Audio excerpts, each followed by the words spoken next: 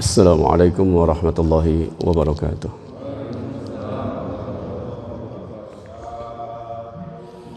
Innal hamdalillah nahmaduhu wa nasta'inuhu wa nastaghfiruh wa na'udzu billahi min shururi anfusina wa min sayyiati a'malina.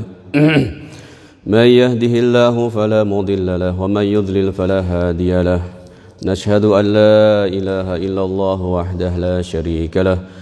ونشهد أن سيدنا وحبيبنا محمدا عبده ورسوله لا نبي بعده اللهم صل على سيدنا ومولانا محمد وعلى آله وأصحابه وسلم تسليما كثيرا. Alhamdulillah hadirin rahimakumullah. Allah Subhanahu wa taala bangunkan kita setelah Allah tidurkan kita. Satu kenikmatan besar dari Allah taala.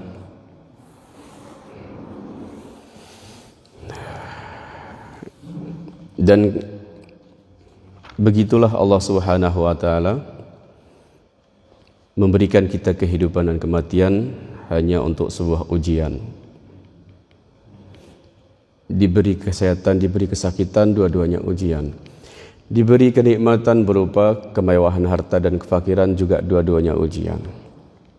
Maka kita doakan kepada saudara kita yang sudah mendahului kita, semoga Allah Ta'ala terima amal perbuatannya, amal kebaikannya, Allah terima imannya, dan Allah ampunkan segala macam bentuk kesalahan dan kekurangan-kekurangannya. Allah ganti dengan kebaikan-kebaikan. Tinggal sisa kita berdoa untuk diri kita sendiri, karena kita masih dalam ujian. Belum ada yang bisa menjamin, yang menentukan bagaimana nasib kita setelah hari ini. Maka diri kitalah yang selalu husnudzan dan sangka baik kepada Allah Ta'ala. Hari ini Allah buat kita beriman, buat kita salat, buat kita bisa mengingat dan berzikir kepadanya. Maka insya Allah semoga sampai kita menghembuskan nafas terakhir kita dalam keadaan beriman, dalam keadaan tetap istiqomah dalam iman dan amal, dan juga dalam keadaan kita sedang bersujud kepada Allah Ta'ala. Bismillahirrahmanirrahim. Hadirin rahimakumullah. Dalam bulan yang sangat mulia ini, bulan di mana Rasul kita Muhammad sallallahu alaihi wasallam dilahirkan ke atas muka bumi, maka bagaimana kita mencoba untuk kembali meneladani baginda sallallahu alaihi wasallam dengan menjadikan sifat-sifat beliau sebagai sifat kita, dengan menjadikan kebaikan-kebaikan beliau menjadi kebaikan kita. Karena memang Rasulullah sallallahu alaihi wasallam dihantar untuk memperbaiki akhlak dan kepribadian kita.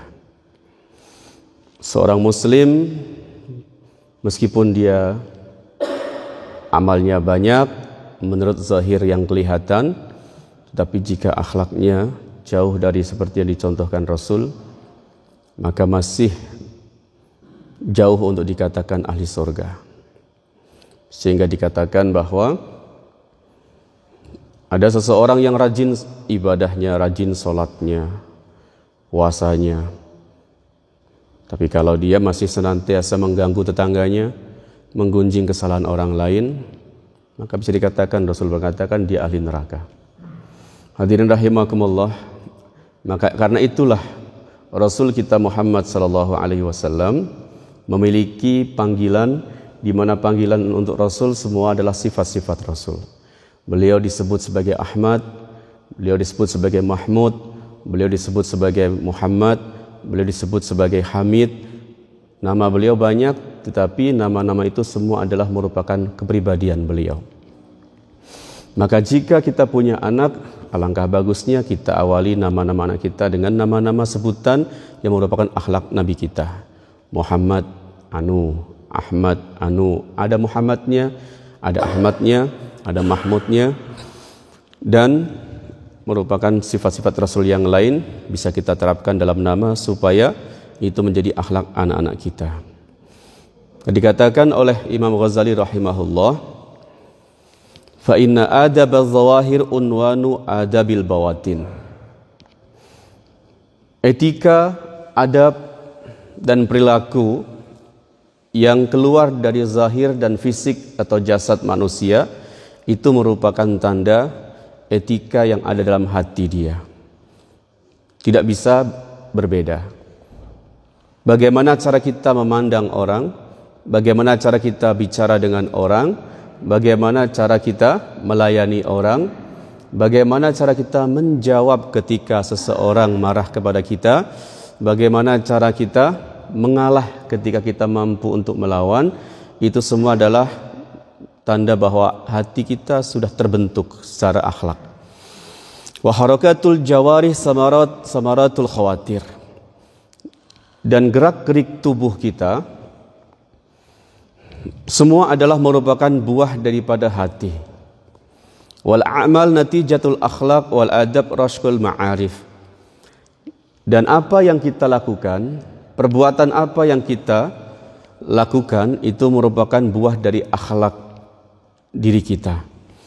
Dan rahasia-rahasia yang tidak nampak dalam hati kita itu adalah merupakan bibit yang akan menumbuhkan perbuatan-perbuatan, itu merupakan sumber yang akan mengalirkan perbuatan-perbuatan. Berarti tergantung rahasia apa yang tersembunyi dalam hati kita, nanti akan terlihat sendiri apa yang tumbuh lewat perbuatan kita. Maka akan terlihat nanti apa yang mengalir lewat lidah kita. Hadirin rahimakumullah, begitu luar biasanya Rasul kita Muhammad sallallahu alaihi wasallam, maka Allah memujinya berkali-kali dalam Al-Qur'an. Inilah yang kita ingin contoh sekarang. Bagaimana kaum muslimin mencontoh Rasul sallallahu alaihi wasallam, dan mengapa harus dibikin haflah, mengapa harus dibikin Id, yakni peringatan-peringatan Maulid Nabi, kalau tidak ada contoh yang dijelaskan, kalau tidak ada contoh yang kemudian diamalkan. Karena maksud dibuat haflah setelah diperdebatkan panjang, setelah dibahas panjang lebar, bahkan tidak menuai, bahkan tidak tidak lepas daripada perbedaan, bahkan nanti persengketaan dan juga permusuhan. Kalau kita akan membuatnya, maka bagaimana kita berpikir setelah dibuat itu ada banyak faedah dan manfaat yang dirasakan oleh orang yang hadir dan secara umum kaum muslimin dari acara haflah itu. Rasulullah sallallahu alaihi wasallam disebutkan oleh Imam Ghazali rahimahullah, kasirud dhara'ah wal ibtihal daimas su'al. Hari-hari selalu tadarru', yakni hari-hari selalu bermunajat kepada Allah Ta'ala, berbisik kepada Allah Ta'ala, dan bertanya dan meminta kepada Allah Subhanahu wa Ta'ala berkali-kali supaya Allah Subhanahu wa Ta'ala menghiasi dirinya dengan akhlak-akhlak yang baik, supaya Allah Ta'ala memberikan adab dan etika dan dia bisa tuangkan kepada umatnya. Ini perlu doa ternyata Bapak. Bukan hanya sekedar ayo kita bersikap, tapi dimulai dari kita berdoa dulu kepada Allah Ta'ala, dan kemudian kita buktikan dengan keinginan kita, tunjukkan bagaimana kita ingin menjadi orang yang baik. Maka termasuk yang senantiasa didoakan oleh Rasul Sallallahu Alaihi Wasallam agar Allah Ta'ala membentuknya, agar Allah memberikannya akhlak yang mulia. Doa Rasul adalah yang perlu kita patut contoh dan tiru dan kita doakan hari-hari, bukan pada momen tertentu saja, yaitu Allahumma hassin khuluqi wa khalqi. Ya Allah, perindahlah akhlakku dan percantiklah fisikku. Doa ini seringkali kita baca tatkala kita bercermin, ya. Allahumma hassin khuluqi wa khalqi. Ya Allah, perbaikilah akhlakku dan perbaikilah bentuk fisikku. Saat kita bercermin, kita baca doa itu. Tapi ternyata hadirin rahimakumullah, ini doa bukan hanya dibaca saat kita bercermin, tapi hari-hari kita baca, tiap waktu kita baca agar Allah rubah diri kita. Maka kita mulai. Bagi kita yang masih merasa tidak bisa bersikap baik dengan orang lain, belum bisa bersikap baik kepada istri dan anak, belum bisa bersikap baik kepada atasan atau bawahan, bawaannya masih suka marah-marah, bawaannya masih suka membalas perbuatan buruk orang lain, bawaannya masih ingin menggunjing orang lain, maka doalah ini setiap waktu. Ya Allah, perbaiki akhlakku, ya Allah, perbaiki fisikku. Dan Rasul Sallallahu Alaihi Wasallam juga mengajarkan satu doa untuk dirinya dan untuk kita. Allahumma jannibni munkaratil akhlak. Ya Allah, jauhkan aku dari akhlak yang buruk. Perlu didoakan. Lalu ketika Rasul berdoa ini berkali-kali, berhari-hari, setiap waktu, setiap masa, apa respon dari Allah Ta'ala? Imam Ghazali katakan, fastajaballahu ta'ala du'aahu. Allah kabulkan apa yang diminta oleh Rasulnya. Wafa'an biqalihi azza wa jal. Allah kabulkan itu karena Allah pernah berjanji kepada Rasul Muhammad SAW dan juga kepada kita, ud'uni astajib lakum. Doa saja, aku akan kabulkan apa yang kalian inginkan dan kalian doakan. Maka turunlah ayat tersebut untuk meyakinkan bahwa Allah mengabulkan doanya, dan kemudian Allah menyatakan wa innaka la'ala khuluqin adim. Engkau Muhammad sudah terbukti deh, engkau adalah orang yang memiliki akhlak yang sangat mulia.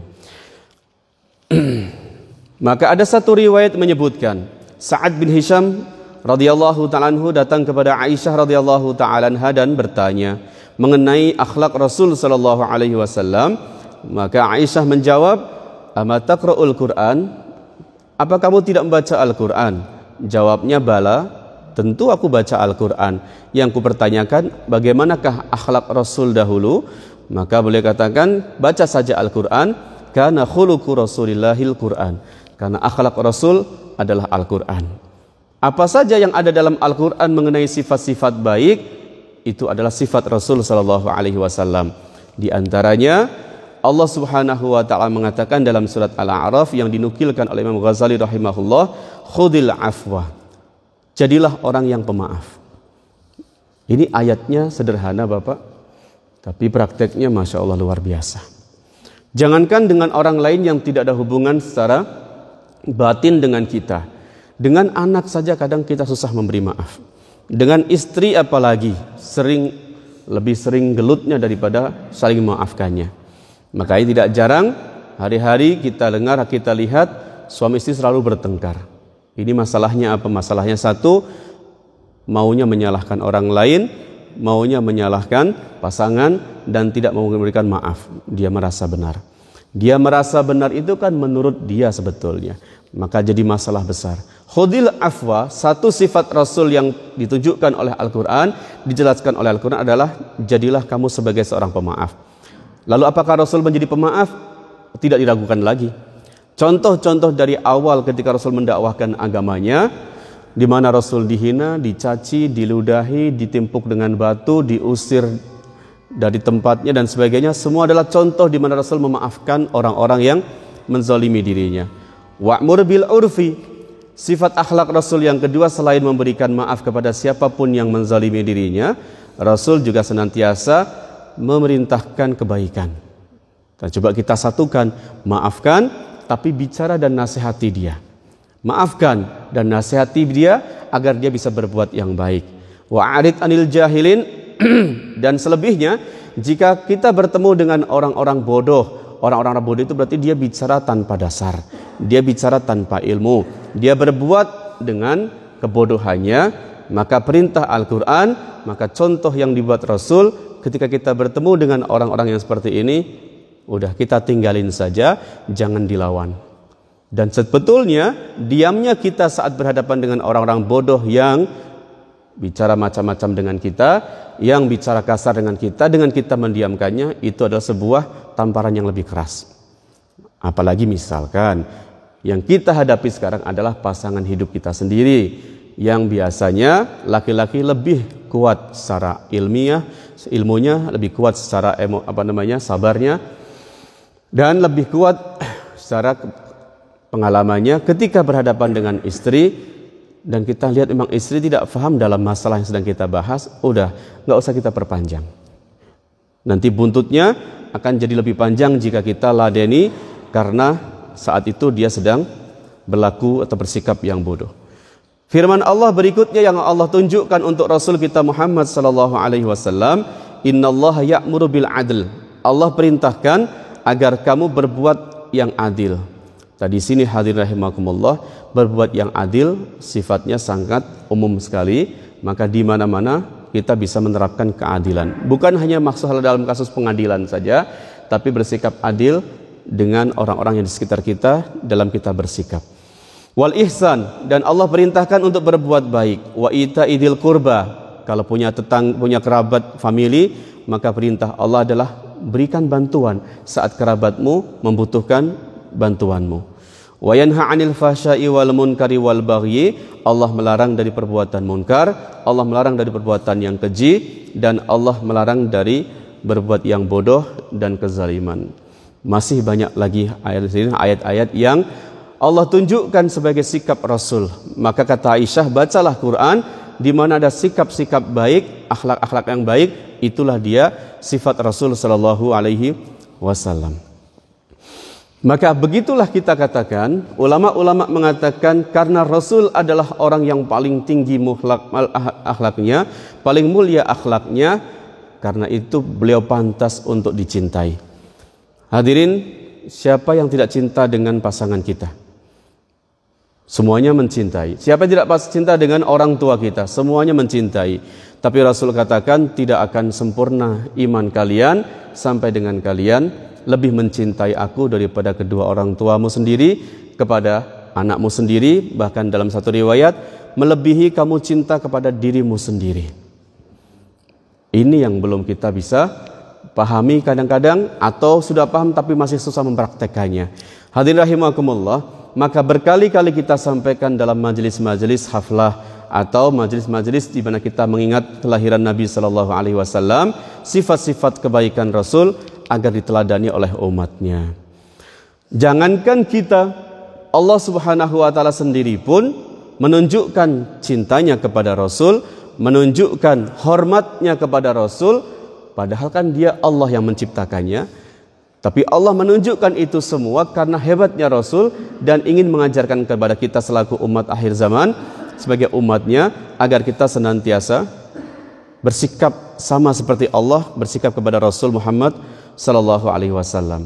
Jika demikian, maka rasanya sebagai umat tidak mungkin di antara kita ada yang mencaci, memaki Rasul, menghina Rasul sallallahu alaihi wasallam. Kalau memang ada masih perasaan menghina, mencaci dan membiarkan orang yang menghina dan mencaci, itu artinya berarti dia belum mengenal Rasul sallallahu alaihi wasallam. Hadirin rahimakumullah, maka mari kita sedikit melihat bagaimana cara Allah mengungkapkan kecintaannya, sehingga ini yang perlu kita contoh. Dalam satu surat Allah menurunkan satu surat khusus, di mana dalam satu surat itu jelas Allah ingin menunjukkan ini loh sikapku kepada Rasul, maka teladanilah sikapku ini dan buatlah ini untuk Rasulmu. Wadduha, kata Rasul, kata Allah Subhanahu wa taala, aku bersumpah nih demi masa siang. Ada yang mengatakan wadduha, dalam sebuah tafsir disebutkan tafsirnya bukan demi masa duha atau bukan demi masa siang, tapi demi wajahmu yang tampan Muhammad. Ada yang terjemahnya begitu. Hadirin rahimakumullah, wal laili idza saja, demi malam ketika telah diliputi oleh gelap. Ada yang mengatakan dalam tafsir ditafsirkan oleh seorang mufasir, terjemahnya bukan demi malam tapi demi rambutmu yang hitam dan panjang. Ini semua dijadikan sebagai bahan sumpah oleh Allah Ta'ala untuk menunjukkan bagaimana Allah mencintai kekasihnya. Makanya sebutan untuk Nabi kita Habib, sebutan untuk Nabi kita Habibullah, bukan Khalilullah. Khalil dan Habib terjemahnya sama Bapak ya. Habib juga kekasih, Khalil juga kekasih. Tapi Khalil Allah berikan untuk Nabi Ibrahim, sedangkan Habib Allah berikan untuk Nabi kita Muhammad sallallahu alaihi wasallam. Ulama katakan meskipun Khalil adalah kekasih, Habib juga kekasih, tapi bedanya sangat jauh. Habib adalah dia kekasih yang kita cintai, yang tidak ada duanya selain dia. Jadi kalau Bapak punya bebek di rumah dan gak ada duanya selain dia, dialah Habib, kekasih Bapak. Tapi Khalil adalah kekasih yang masih ada duanya lagi. Kamu juga kekasihku, kamu juga istriku, tapi masih ada lagi yang lain di sana. Oke, dia Khalil, kekasih kita.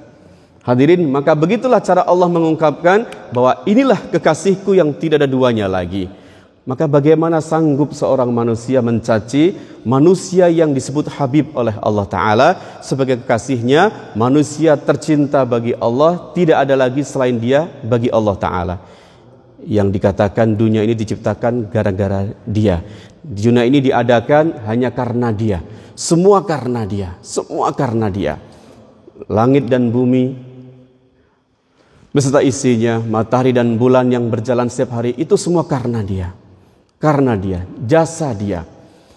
Hadirin rahimakumullah, maka turunlah ayat ini demi masa siang, demi ketampananmu, demi wajahmu yang bersinar, demi malam yang ketika gelap, demi rambutmu yang hitam yang panjang.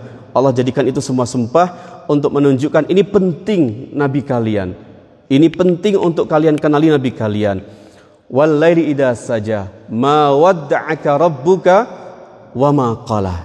Allah katakan, apa mungkin Tuhanmu meninggalkan kamu? Oh, tidak mungkin. Kekasih tidak ada lagi yang duanya, enggak mungkin ditinggalin.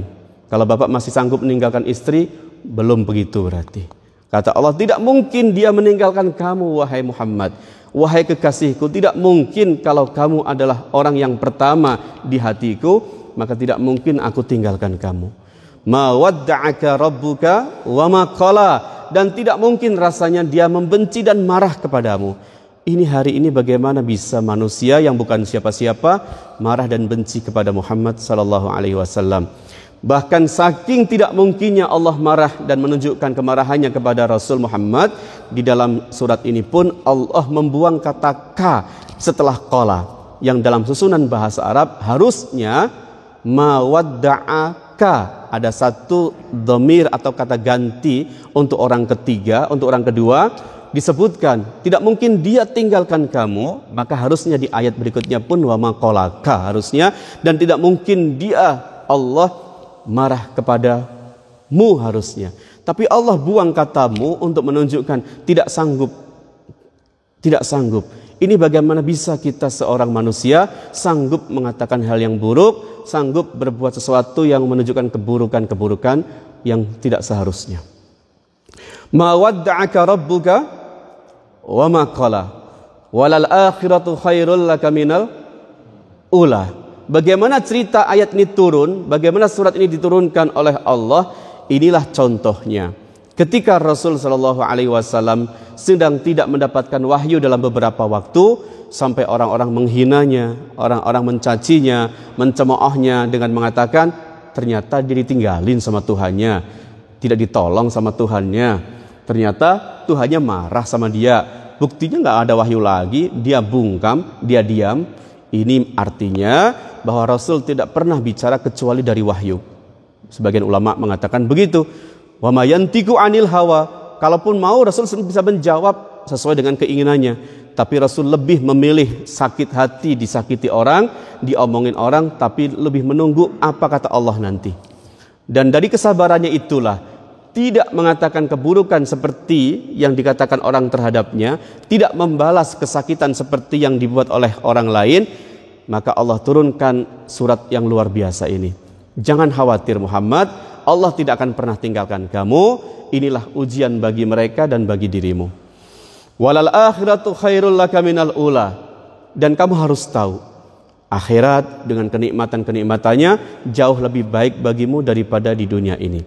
Maka berarti Bapak, apalah artinya dihina orang di dunia, tapi kalau nanti di akhirat Allah berikan kemuliaan sebagai gantinya. Ini yang perlu kita tanamkan. Di dunia kadang-kadang kita nggak mendapatkan posisi apa-apa. Di masjid kita sendiri, di kampung kita sendiri, padahal kita sangat layak untuk diposisikan. Begitu misalkan kita merasa, oh ini saya daripada yang lain lebih mampu dari ilmunya, dari bacaan Qur'annya, dari pengalamannya, dari finansialnya, tapi saya nggak dipakai, biarkan saja. Ingatlah ayat ini.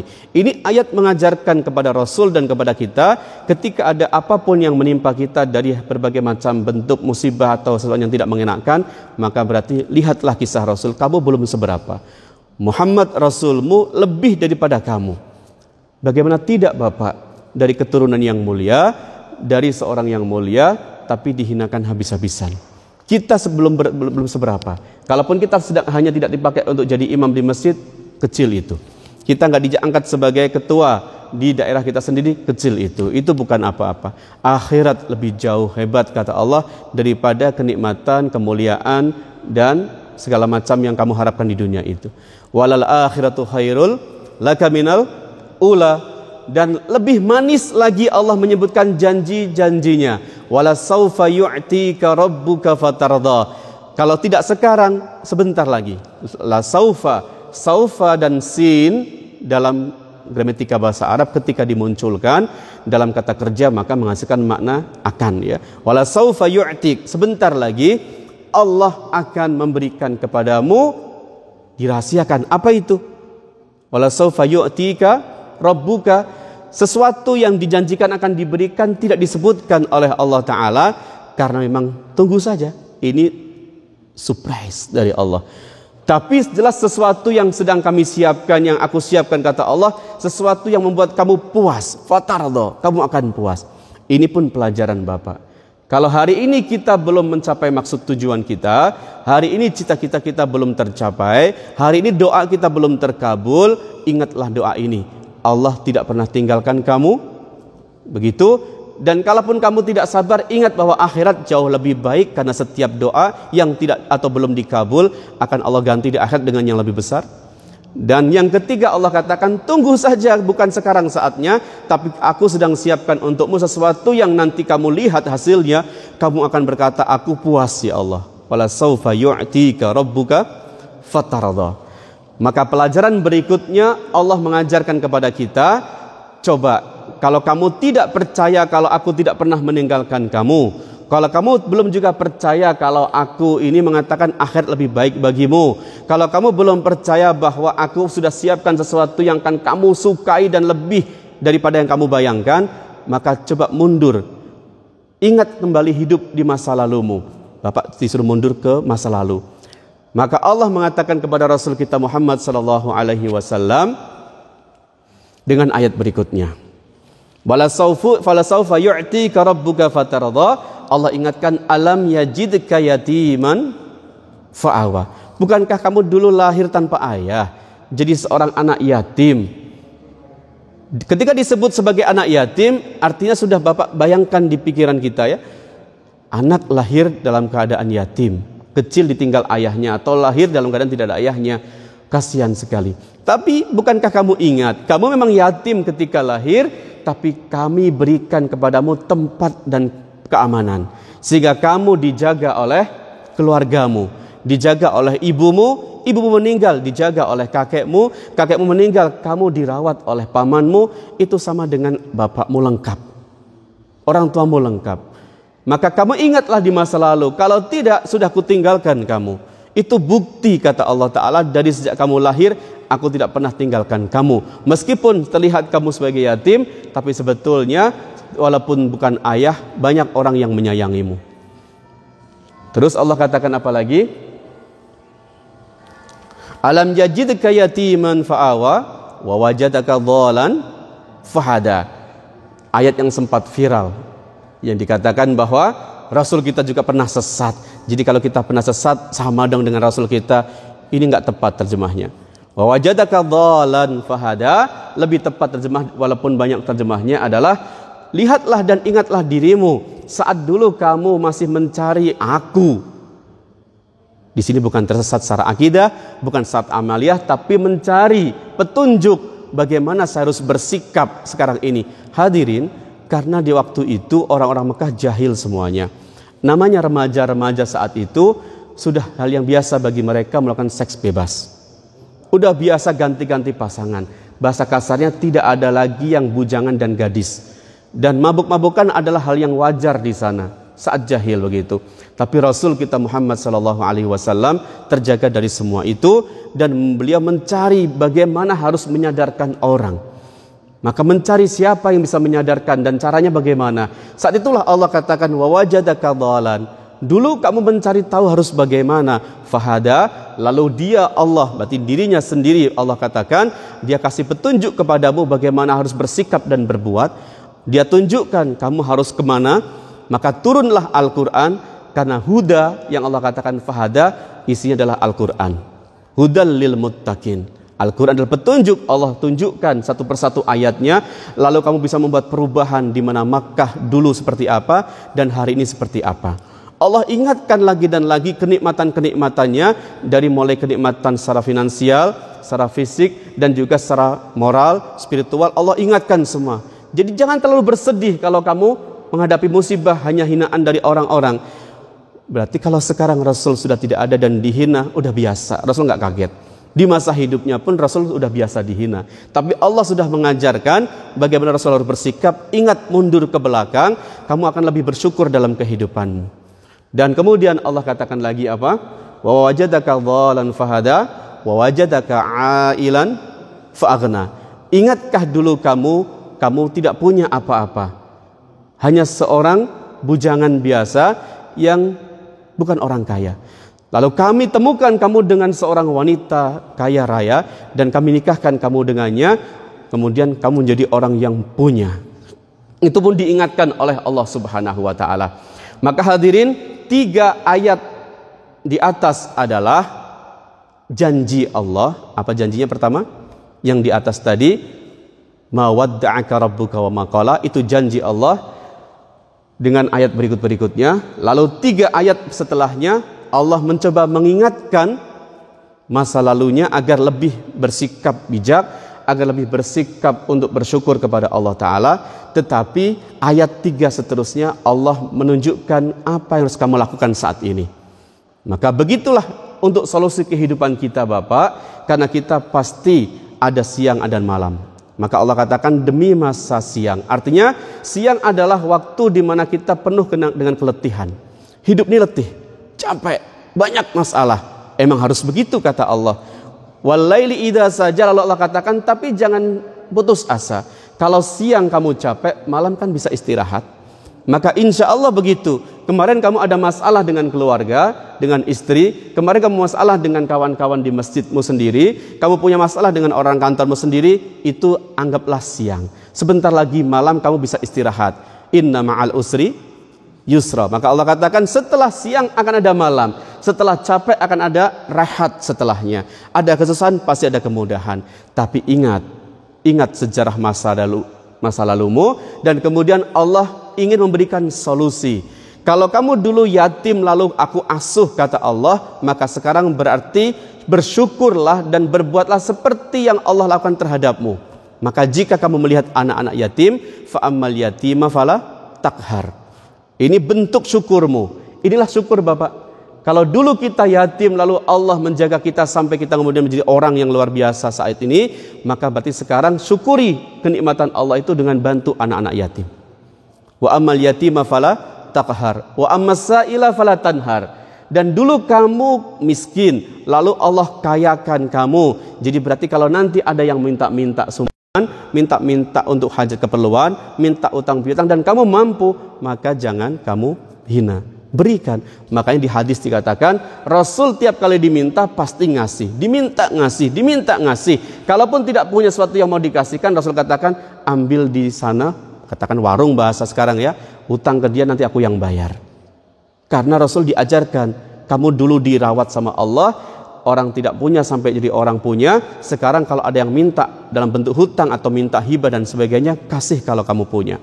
Maka Rasul tunjukkan ini sikap dan akhlak Rasul sallallahu alaihi wasallam. Fa ammal yatima fala taqhar wa ammas sa'ila fala tanhar. Wa ammas sa'ila dua macam berarti, karena di ayat 3 yang di atas Allah menunjukkan 3. Di antaranya adalah kalau kamu dulu orang yang tidak punya, sekarang Allah bikin kamu kaya. Dulu kamu dhal, yakni tidak punya kemampuan ilmu untuk menyampaikan, sekarang Allah kasih Al-Quran dan ilmu semuanya.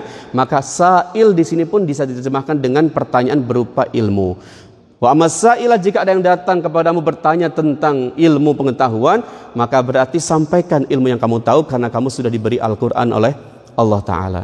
Tapi terakhir Bapak, wa amma bi ni'mati rabbika fahaddis. Dan bentuk syukur kita lagi adalah ceritakan nikmat Allah kepada orang lain. Cerita nikmat Allah kepada orang lain ini bukan berarti Bapak beli mobil baru kemudian selfie cepret status buat. Bukan itu. Oh ini kan cerita nih ke orang lain, aku jadi punya mobil baru. Bukan begitu pula cara bercerita nikmat Allah Ta'ala. Cerita nikmat Allah Ta'ala tunjukkan kepada orang lain dengan perbuatan-perbuatan baik kita. Nih aku punya uang hari ini, alhamdulillah, bantu. Itu cerita. Nih aku punya kebaikan pengetahuan ilmu, ku sampaikan. Itu juga cerita kenikmatan Allah yang Allah berikan. Bolehlah kita cerita kebaikan Allah untuk kita, bukan untuk menyombongkan, tapi untuk bersyukur. Dari ayat ini maka ulama-ulama kita katakan, pelajarilah cara bersyukur kepada Allah. Itu caranya. Gimana caranya? Kalau kamu diberi oleh Allah Ta'ala, maka kasihkan ke orang lain lagi. Diberi ilmu, kasih ilmu ke orang lain. Diberi harta, beri harta ke orang lain. Diberi apa saja, kasih lagi ke orang lain. Itu cara bersyukur. Maka disebut terima kasih. Terima dari Allah, kasih ke orang lain. Terima lagi, kasih lagi. Terima lagi, kasih lagi. Itulah cara kamu bersyukur kepada Allah Ta'ala. Begitu Rasul yang luar biasa, mengapa tidak kita cintai? Maka hadirin, di waktu bulan yang sangat mulia ini, mengapa kita buat acara Maulid Nabi? Hanya untuk itu saja, tidak neko-neko. Jangan ditambah-tambah lagi acara-acara yang tidak disyariatkan.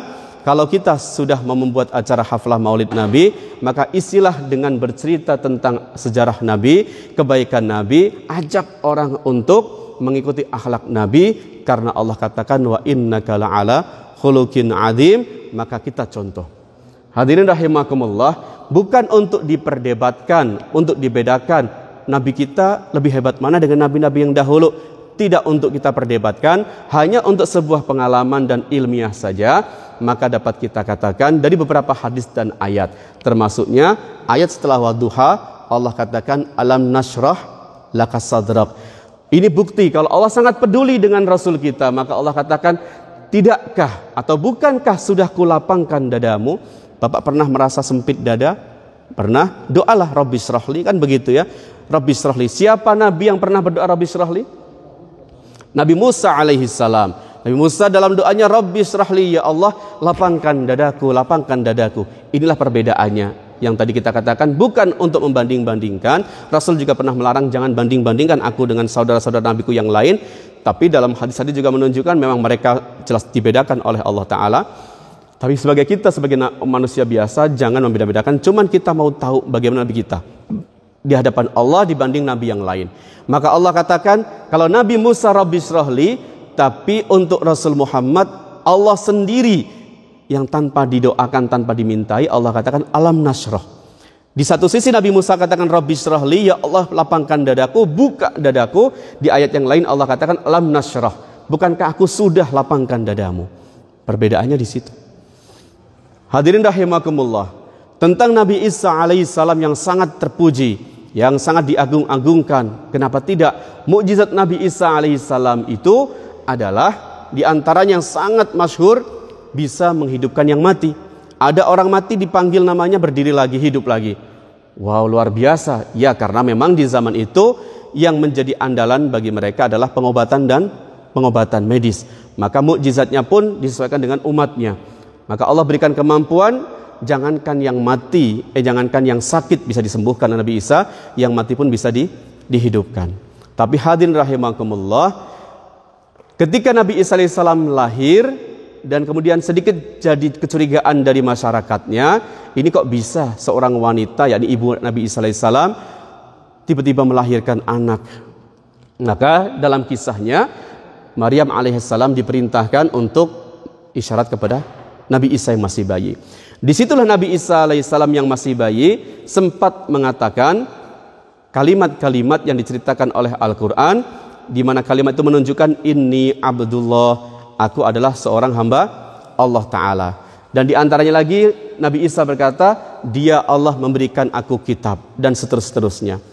Di sini dia bercerita tentang siapa dirinya, kenapa bisa lahir, siapa dia nanti, dan akan ada apa nanti perintah dari Allah untuk dirinya, diceritakan Nabi Isa. Hadirin, bagaimana dengan Rasul SAW? Lebih daripada itu. Maka dalam beberapa hadis kita bisa melihat dan dipertanggungjawabkan hadisnya. Di antaranya adalah ibunya sendiri Aminah menyatakan kisah dan disebutkan oleh beberapa rawi. Ibunya berkata, ketika aku telah melahirkan putraku Muhammad sallallahu alaihi wasallam, maka keluarlah cahaya bersama lahirnya putraku. Sehingga dalam satu hadis mengatakan, ibu-ibu yang bersama Aminah waktu itu pun bersaksi, Aku lihat semua benda-benda di rumah Aminah menyala dan bersinar semuanya. Dan kemudian sinar itu pun bukan hanya di rumahnya, menyinari semua tempat sampai kami bisa melihat gedung-gedung di Romawi, gedung-gedung di Syam, di Syria kami dapat bisa melihatnya. Nama yang disebut dalam hadis dikatakan bahwa gedung-gedung terlihat dan tersinari oleh cahaya Rasul ketika lahir adalah Busra, satu kota bersejarah yang ada di Syria. Sampai terlihat dari Makkah bagaimana gedung-gedung di sana. Bisa Bapak bayangkan, begitu luar biasa lahirnya Rasul kita Muhammad membawa cahaya. Ulama kita katakan, apa hikmahnya kenapa Rasul lahir dan menerangi sejagat raya waktu itu? Ini sesuai dengan ayat Al-Quran, di mana Allah katakan memang dia nanti akan membawa Al-Quran atau petunjuk yang menjadi penerang untuk seluruh alam semesta. Maka isyaratnya sejak lahir Allah jadikan kelahirannya sebagai penerang dunia waktu itu lewat fisik yang kelihatan mata. Kemudian kenapa Busra disebut? Kenapa bukan tempat lain? Bukannya Madinah nanti yang jadi kota Islam? Ulama katakan memang Rasul lahir di Mekah, Rasul akan hijrah ke Madinah, tapi Syam atau Syria akan menjadi kerajaan Islam nantinya. Maka terbukti di antara semua kota-kota yang ada di Syria, maka Busra lah kota pertama yang menerima agama Islam waktu itu. Dan kenapa Busra? Dari namanya Busra adalah dari kata basar, melihat ya. Maka artinya ini ada hikmah di balik itu semua, bahwa Busra artinya melihat, itulah yang Allah ingin tunjukkan. Begitu lahir Rasul Muhammad SAW, maka Allah akan membuka hati-hati manusia sehingga mereka bisa melihat mana yang baik dan mana yang hak. Dalam hadis yang lain disebutkan oleh Sayyidina Utsman bin Abil As radhiyallahu ta'ala anhu, dia katakan, ibuku pernah bercerita di saat Aminah kawannya melahirkan putranya yakni Rasul Muhammad SAW, pada waktu malam di mana Aminah melahirkan, maka ibuku bercerita waktu itu, ma syai' anzur ilahi minal bait ila nuran. Kutatap semua tempat di rumah Aminah semua seperti cahaya. Bahkan aku melihat bintang yang ada di langit pun terasa turun dan terus turun mendekat, sampai aku berpikir jangan-jangan ini bintang akan jatuh menimpa kita. Begitu terasanya. Falamma wada'athu kharaja minha nur, dan ketika lahir Muhammad putra Aminah, maka itu adalah cahaya yang menerangi semua rumah-rumah dan perkampungan kita, sampai aku tidak melihat kecuali hanya cahaya-cahaya. Hadirin makhluk, ini masalah akidah. Apakah Rasul adalah jasad atau cahaya? Kita katakan jasad seperti biasa. Cuman Allah kasih cahaya ketika lahir itu tidak menutup kemungkinan atau bukan suatu yang mustahil. Ibnu Hibban dari Halimah Sa'diyah radhiyallahu ta'ala anha bercerita, Aminah ummu Rasul sallallahu alaihi wasallam mengatakan, putraku ini beda dengan anak-anak yang lain. Ketika aku hamil mengandungnya, aku tidak merasakan beban apapun. Tidak merasakan beban apapun. Bahkan aku merasa ini sesuatu yang luar biasa. Paling besar berkahnya bagiku. Ketika aku melahirkan, aku sendiri melihat ada cahaya. Dan aku, dia katakan, melihat cahaya seakan-akan itu adalah sebuah awan yang keluar dariku ketika aku melahirkannya. Dan itu menerangi kota-kota yang ada di Syria. Sampai ibunya sendiri pun bercerita melihat cahaya itu sampai ke kota Syria dengan bukti melihat bangunan-bangunan yang ada di Syria sana. Jauh Bapak dari Makkah ke Syria, tapi bisa terlihat saking Allah ingin menunjukkannya. Begitulah putramu nanti akan menjadi cahaya bagi alam semesta. Ada satu riwayat lagi tambahan menyebutkan Aminah ibu Rasul sallallahu alaihi wasallam bercerita, ketika aku melahirkan putraku, maka selain cahaya juga keluar bersama lahirnya dia yang menerangi barat sampai ke timur, semua penuh dengan cahaya. Aku kaget dibuatnya ketika dia lahir. Aku lihat posisinya tidak seperti bayi yang biasa pada umumnya lahir. Kalau biasanya Bapak ya, kepala dengan posisi begitu ditarik sama bidan atau yang melahirkannya, atau sungsang. Ini beda. Dia lahir dalam posisi seperti mau merangkak. Berarti posisi kepalanya ke bawah dengan tangan dan kakinya siap untuk merangkak. Begitu lahir, kulihat betul kakinya, tangannya dua-duanya langsung menahan beban badannya, dan kemudian dalam posisi seperti merangkak, tangan kedua putraku itu mengambil debu yang ada di bawahnya, seraya mengangkat kepalanya. Itu yang kulihat. Tidak ada bayi yang lahir dalam keadaan begitu. Hadirin rahimakumullah, maka ulama-ulama pun mencoba mencari hikmah kenapa lahir Muhammad sallallahu alaihi wasallam berbeda dengan kelahiran bayi yang lain. Satu, perbedaan jelas begitu kondisinya. Yang kedua, di cahayanya. Kemudian dalam hadis yang lain dikatakan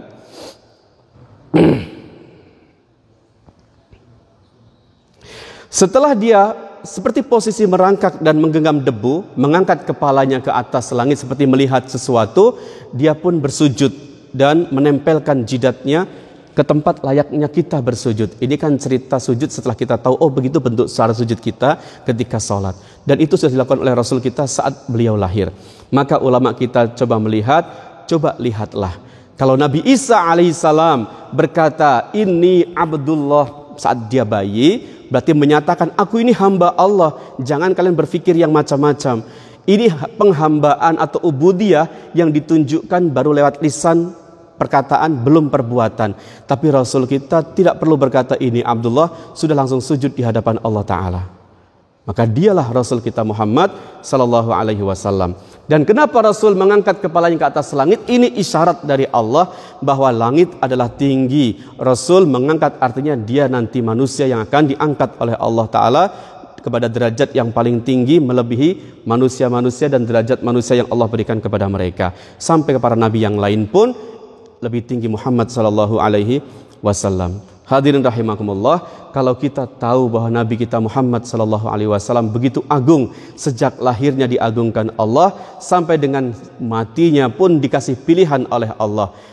Mau mati sekarang atau nanti? Dikasih pilihan. Maka Rasul bercerita lewat nama kiasan, bercerita kepada sahabat-sahabatnya, ada seseorang diberi pilihan antara ini dan itu. Orang-orang tidak faham siapa yang diberi pilihan, apa pilihannya. Abu Bakar yang faham. Inilah Rasul yang diberi pilihan oleh Allah Ta'ala, dan dia lebih memilih daripada hidup di dunia lama-lama, lebih milik Rafiqul A'la untuk datang kepada Allah. Maka Abu Bakar menangis. Hadirin, seorang manusia diberi pilihan mau hidup terus atau mati sekarang saja. Ini saking agungnya Rasul Muhammad sallallahu alaihi wasallam bagi Allah Ta'ala. Hadirin, kalau begitu Rasul Muhammad agung sejak lahirnya, kira-kira kita sebagai umatnya perlu tidak mengenang jasa-jasanya? Sangat perlu. Hadirin, inilah yang kita permasalahkan sekarang ini. Ketika Rasulullah lahir, keluarganya bahagia. Ketika Rasul dewasa dan menjadi nabi dan menjadi rasul, semua menyanjung dan memujinya. Sehingga banyak dari zaman sahabat pun pujian kepada Rasul lewat kata-kata mereka, lewat perbuatan mereka ditunjukkan untuk memuji Rasul sallallahu alaihi wasallam. Dalam bentuk syair-syair pun sudah ada di zaman Rasul yang diucapkan oleh para penyair untuk memuji Rasul sallallahu alaihi wasallam. Sekarang Bapak, ketika Rasul sallallahu alaihi wasallam telah tiada, maka masih perlukah kita mengingat kebaikan-kebaikannya, memuji-mujinya? Hadirin, maka pujian itu bukan kita yang buat, dari zaman sahabat sudah dilakukan. Bentuknya beda-beda. Bentuknya beda-beda lewat perbuatan dan juga lewat ucapan. Maka ada yang diabadikan ucapan-ucapan itu dalam bentuk pujian berupa syair-syair. Muncullah buku-buku salawat, muncullah buku-buku berzanji yang semuanya adalah bentuk pujian. Lalu kenapa kita panas dengan buku yang bentuknya pujian untuk Rasul? Sedangkan pujian itu semua diambil dalam lantunan, syair, salawat dan nasyid dan sebagainya, tapi isinya diambil dari Al-Quran. Jadi Bapak mohon maaf, jangan merasa panas jika itu bukan Quran, itu bukan hadis, tapi itu merupakan pujian untuk Rasul karena sahabat pun memujinya. Karena Allah pun memujinya di Al-Quran. Hanya sekarang kita sebagai pecinta Rasul mampu memuji dengan kata-kata syair dan dendangan dan lantunan-lantunan, susunan-susunan yang indah. Maka kenapa kita panas dengan itu? Ya, kalau kita tidak setuju dengan acara haflah maulid, silahkan Anda berdalil. Tetapi jangan cari musuh yang salah, kan begitu. Kita habiskan energi kita habiskan waktu kita untuk memusuhi saudara kita sendiri, sampai kita nggak punya kesempatan dan waktu untuk benci orang yang harusnya kita benci.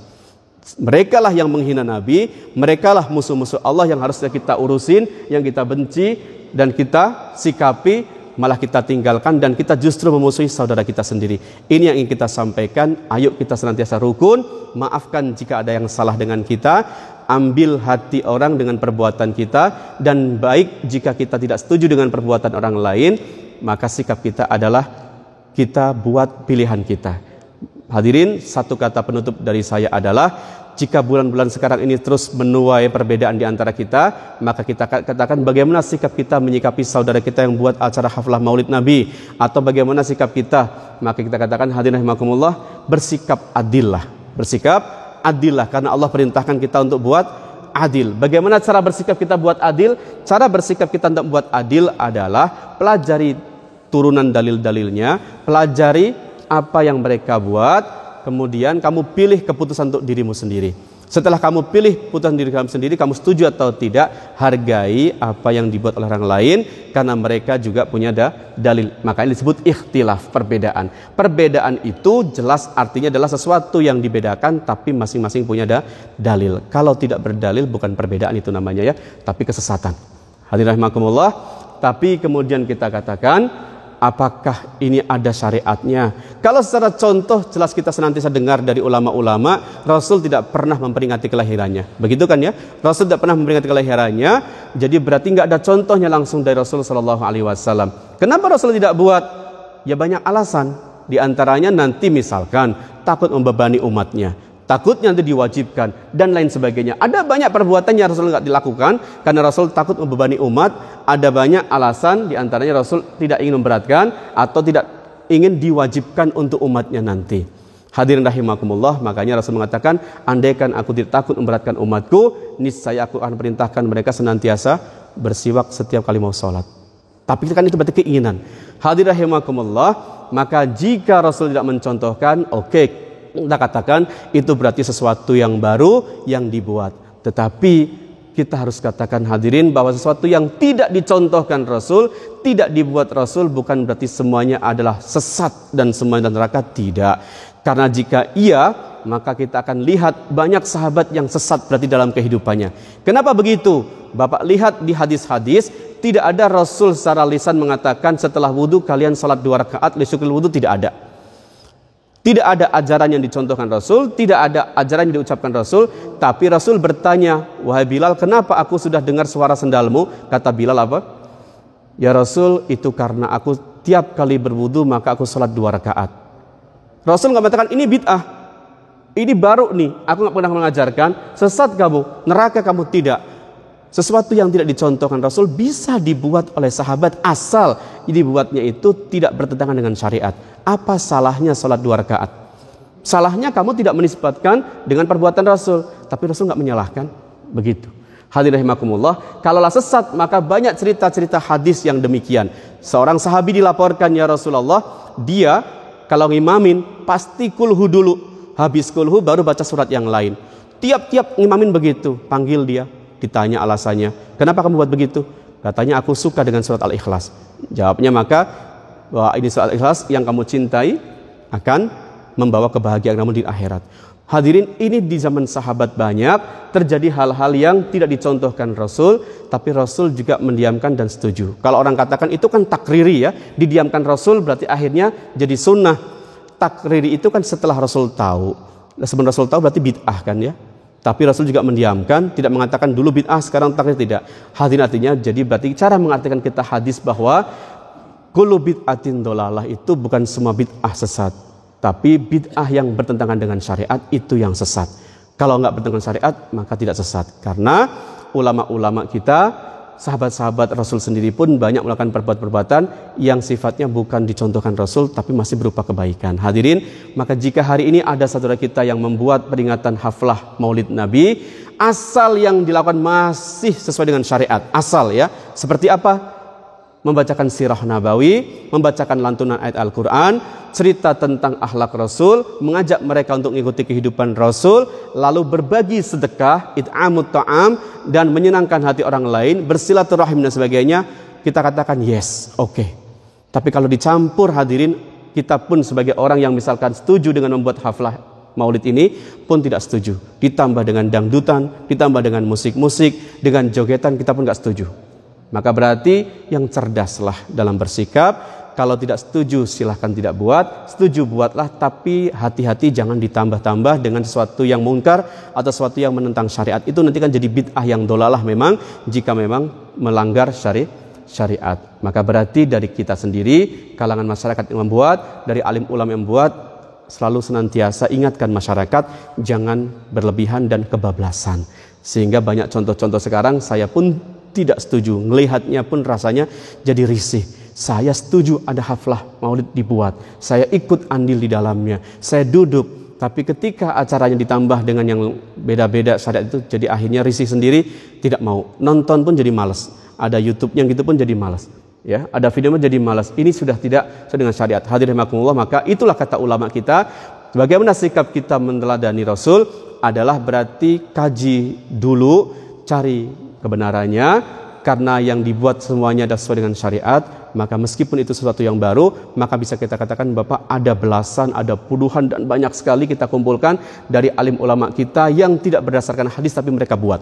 Di antara yang paling jelas contoh lagi di mata kita adalah Imam Ahmad bin Hanbal rahimahullah. Seumur-umurnya beliau setiap malam sholat 300 rakaat sebelum tidur. Berapa rakaat Bapak? 300 rakaat. Ada contohnya di hadis Nabi? Tidak ada. Rasul nggak mencontohkan, nggak mengajarkan 300 rakaat sebelum tidur.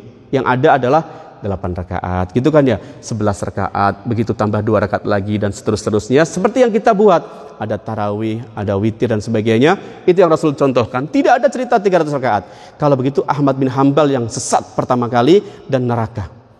Dan setelah Imam Ahmad bin Hanbal mendapatkan cambukan dan siksaan dari kaum Mu'tazilah, barulah berubah dari 300 menjadi 150 karena fisiknya sudah nggak memungkinkan untuk sholat 300 rakaat. Itu pun nggak ada contohnya.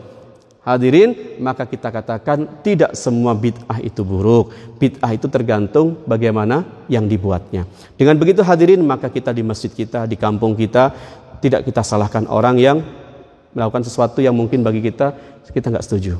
Asal mereka punya dalil dan apa yang dilakukan adalah sesuai dengan syariat. Maka hadirin, di bulan yang mulia ini sedikit dipetik dari Imam Ghazali rahimahullah bagaimana Rasul sallallahu alaihi wasallam mencontohkan kepribadiannya dan bagaimana Allah menyatakan Rasul sebagai kekasihnya sehingga Allah turunkan satu surat. Di hari yang mulia ini pun permintaan dari saya pribadi dan permohonan saya pribadi kepada Allah Ta'ala, semoga Allah senantiasa memberikan rasa cinta dalam hati kita kepada Nabi kita Muhammad sallallahu alaihi wasallam.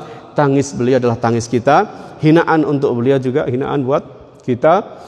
Kemuliaan agama Islam adalah kemuliaan bagi kita juga, kemuliaan beliau juga kemuliaan bagi kita. Maka kita belajar itu Bapak. Yang paling besar sunnah Rasul bukan hanya sekedar kita pakai jubah seperti Rasul pakai jubah, bukan hanya seperti kita buat apa yang Rasul buat, tetapi adalah bagaimana fikir, risau dan tangis Rasul pun menjadi tangis kita. Dan disebutkan malam-malam begitu ada orang-orang yang jaga di depan rumah Rasul, sekitar 5 pemuda biasa jaga ya. Maka ini ada sunnahnya, ulama-ulama dijaga oleh para pemuda-pemuda di rumahnya seperti Rasul dijaga setiap malam. Maka kisah mereka mengatakan, kalau kami berjaga-jaga kami mendengar suara dari dalam rumah Rasul tangisan isakan. Karena itulah Rasul buat setiap malam. Malam menangis untuk kita, siang turun ke lapangan dan bertemu dengan kita atau masyarakat waktu itu maksudnya, dan kemudian mengajarkan agama dan kebaikan kepada mereka. Itu yang perlu kita teladani. Siang kita berjumpa dengan masyarakat, kita sosial baik dengan mereka, ajak mereka kepada kebaikan seperti contoh Allah katakan wa'mur bil ma'urfi tadi, perintahkan kebaikan, dan malam hari kita sebut nama-nama dan doakan nama mereka. Apakah di antara kita yang sudah buat Bapak? Berbuat baik silaturahmi banyak, ya kan ya, mencontohkan perbuatan baik banyak, perintah kebaikan banyak, tapi menyebut nama tetangga-tetangga dan orang-orang untuk kita sebutkan dalam doa masih sedikit yang buat.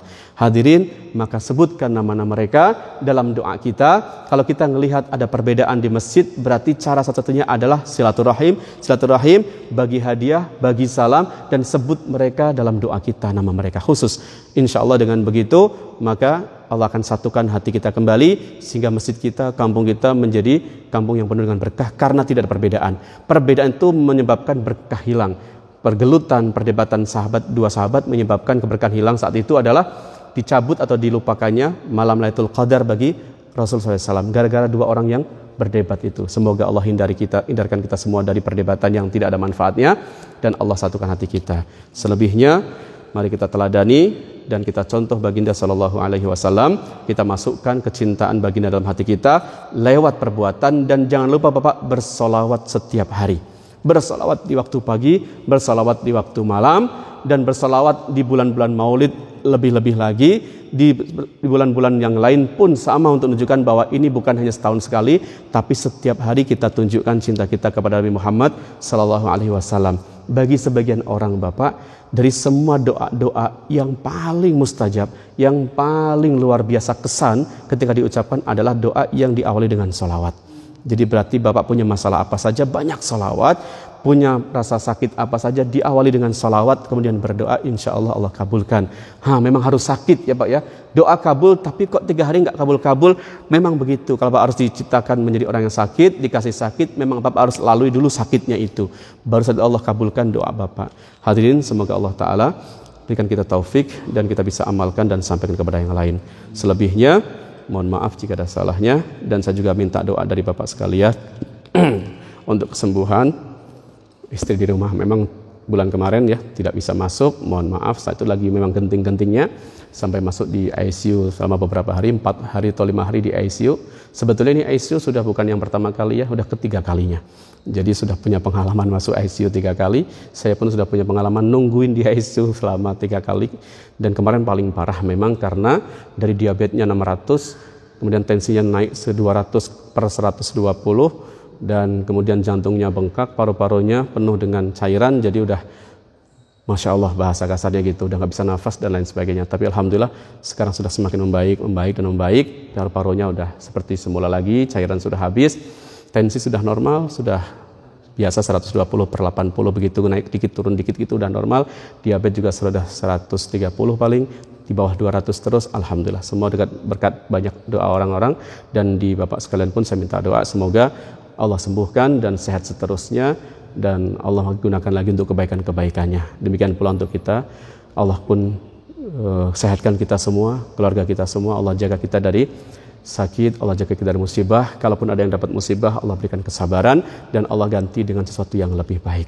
Subhanallah bihamdi, subhanakallahumma bihamdik, nasyhadu an la ilaha illa anta astaghfiruka wa atubu ilaik. Wassalamualaikum warahmatullahi wabarakatuh.